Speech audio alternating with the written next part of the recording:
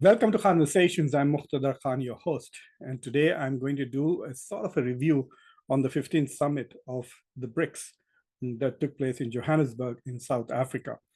But before that, please subscribe to Khanversations, ring the bell icon, make sure you like the video and share it with your social network after you watch it, obviously. So there was a lot of hype to the BRICS summit this time in South Africa. There was a lot of discussion whether Russia's President Vladimir Putin would come or not, since South Africa is part of the ICC, the International Criminal Court.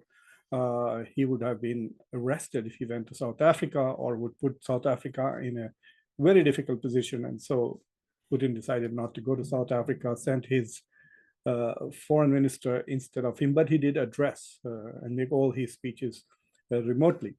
So there were two or three issues that were going to be discussed, were critical going in. And if you have watched my preview, which was done in Hindi, those of you who understand Hindi would realize that I had already identified them. The question was of expansion. Will there be an expansion of BRICS or not? There was tension within the organization itself. We knew that China and Russia were pushing for expansion to increase the clout of BRICS so that it can become a balancing force against G7, a geopolitical entity that can challenge Western hegemony. And then there were countries like Brazil and India, which were far more reluctant to expand BRICS. India wanted to put some new conditions, such as minimum GDP, I think, or minimum GDP per capita. And they were also, both Brazil and India did not want to position BRICS as an anti-West entity. It was an entity for countries, developing countries, so they can pursue their self-interest, which is what was the original intent of BRICS. And now China wants to change it and make it an anti-West alliance. And India naturally was resisting this going in. And so I'd even argued that it is actually a test of who is more dominant in this group.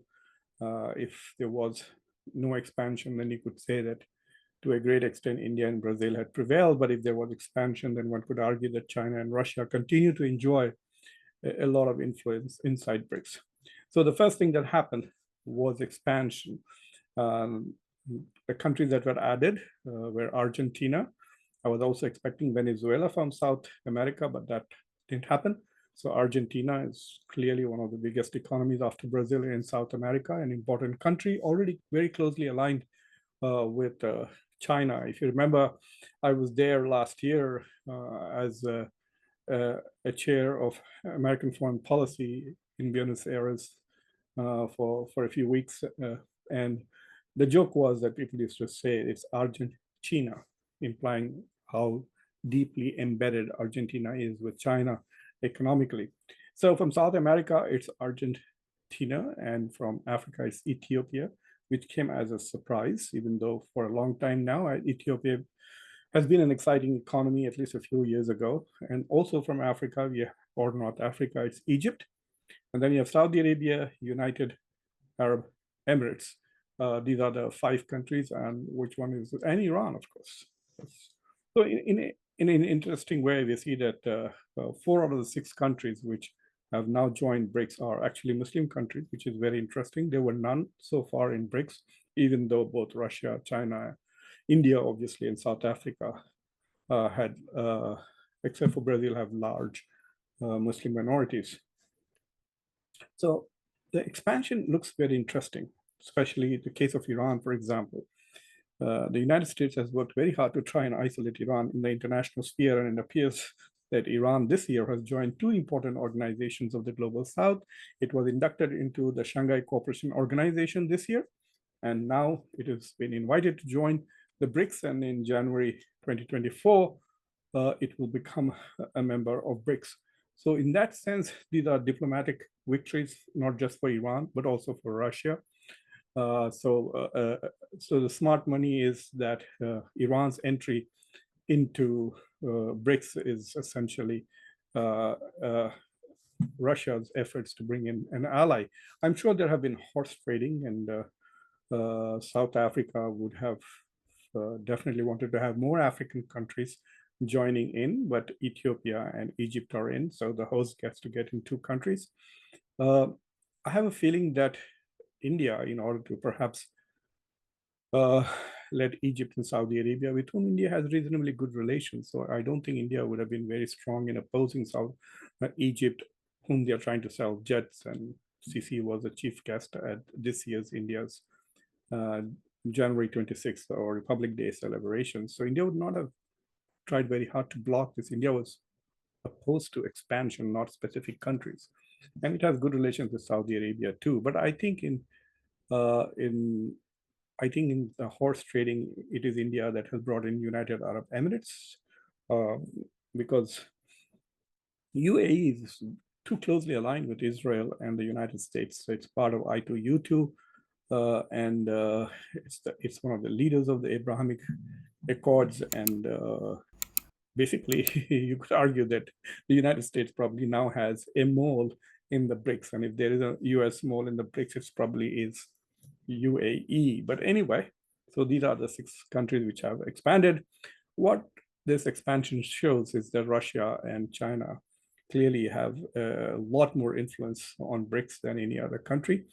And they are able to get what they want. They wanted expansion, they got it. They wanted countries which are not necessarily aligned with the US except for UAE. And so they brought in. I think it's a big victory for Iran and Russia that Iran has been included in BRICS. So now the question really that comes out of this is the very identity and nature of BRICS changing? BRICS started as a geo-economic cooperative, international cooperative institution with a development bank, and its goal was, yes, it was partly opposing the Western domination of multilateral institutions, but it was not opposed to the West, as it is now in the eyes of Chinese speech.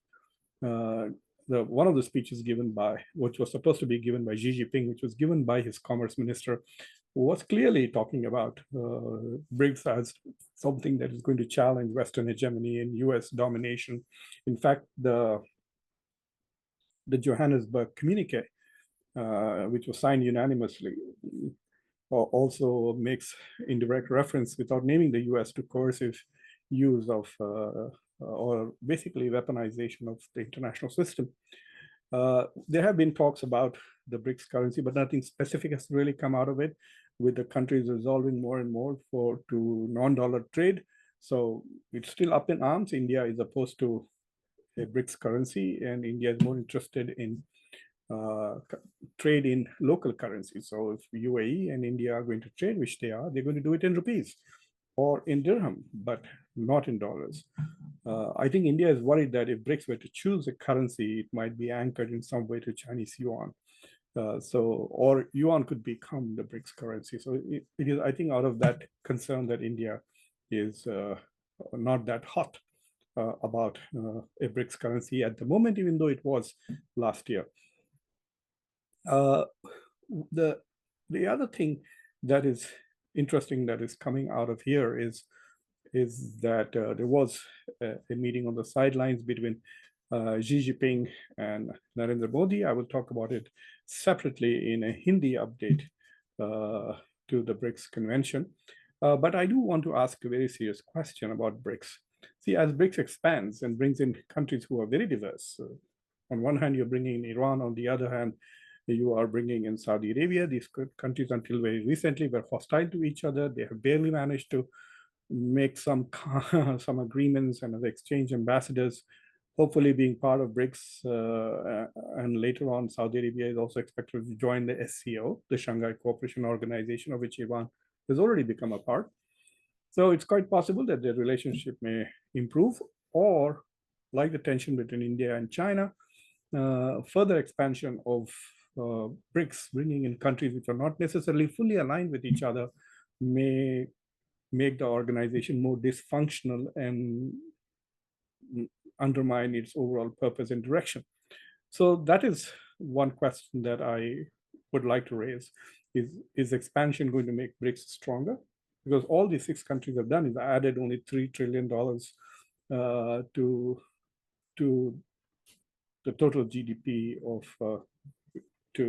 BRICS, which is just 3.5% of the global GDP. So it's a marginal improvement in economic strength. But geopolitically, have they strengthened BRICS or have they weakened BRICS?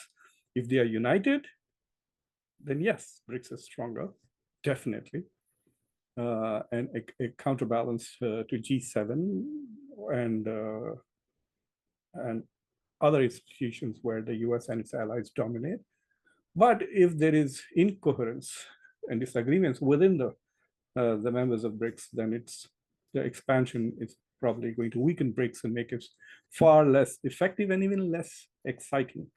I'm not very sure that Argentina's economy is what we would think of when we think of BRICS economies fast, 7 to 8% every year.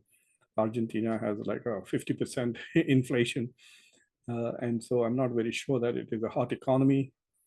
The same is true of Egypt. Its economy is falling apart. Iran is not really doing well.